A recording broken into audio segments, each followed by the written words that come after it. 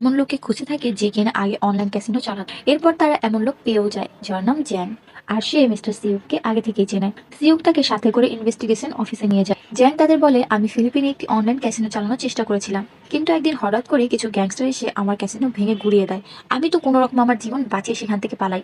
সিউক বলে, আরে ভাই, তোর দুঃখের কাহিনী বন্ধ কর, আর আমাকে অনলাইন ক্যাসিনোর ব্যাপারে কিছু বল। জ্যাং বলে, তোমরা এখানে বসে বসে কি করছো যে আমার সাহায্য তোমাদের লাগবে? জ্যাং তাদের জানায়, এমটাস নামের ফিলিপিনে এটি সবচেয়ে বড় ক্যাসিনো, কিন্তু এই লিঙ্ক খোঁজার জন্য আমাদের কোরিয়াতে কোনো ক্যাসিনোতে যেতে হবে। মিস্টার সিও জ্যাংকেও তার সাথে যেতে বলে। এরপর জ্যাং একটি মেয়ের সাথে ভিতরে যায় এবং একজন রিচ ম্যানের মতো আচরণ করতে থাকে। সিওক তাদের সাথে একটি গাড়িতে ব্লুটুথের সাথে কানেক্টেড হয়। জ্যাং এখানে অনেক বড় বড় কথা বলতে থাকে। সে বলে, এই ক্যাসিনো আমার লেভেলের না, আর অনেকগুলো টাকা দিয়ে একটি গেমস খেলে, কিন্তু সে হেরে যায়। কিন্তু এটাতে তার কিছুই যায় আসে না। সে ওইখান থেকে খুবই নর্মালি উঠে এবং একটি হুইস্কি অর্ডার করে।